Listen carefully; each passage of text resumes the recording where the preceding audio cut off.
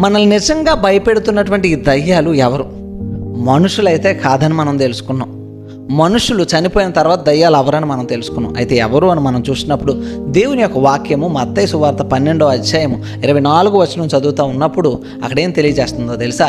యేసు క్రీస్తు ప్రభువారు దయ్యాలను వెళ్ళగొట్టినప్పుడు పరిసయ్యులు ఏమంటున్నారంటే ఈయన బయల్జెబు, దయ్యాలకు అధిపతి అని చెప్తున్నారు.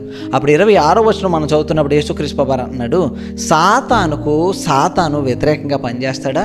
సాతాను విరోధిగా ఉంటాడా?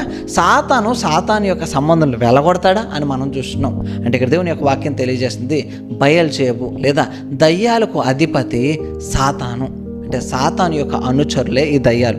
మనము రెవల్యూషన్ ప్రకటన గ్రంథము 12వ అధ్యాయం 9వ వచనం చదువుతున్నప్పుడు, కాగా సర్వలోకమును మోసపుచ్చుచు అపవాది అనియు సాతాననియు పేరు గల ఆది సర్పమైన ఆ మహాఘట సర్పము పడదోయబడెను, అది భూమి మీద పడదోయబడెను, దాని దూతలు దానితో కూడా పడదోయబడరని మనం చూసినాం. అంటే ఇక్కడ సాతానుగాడు మోసపుచ్చేవాడు, అపవాదిగా ఉంచబడి ఉన్నాడు.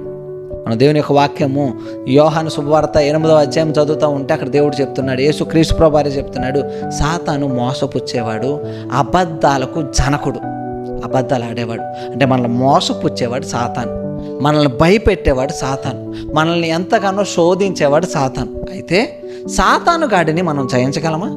దయ్యాలకు భయపడకుండా జీవించగలమా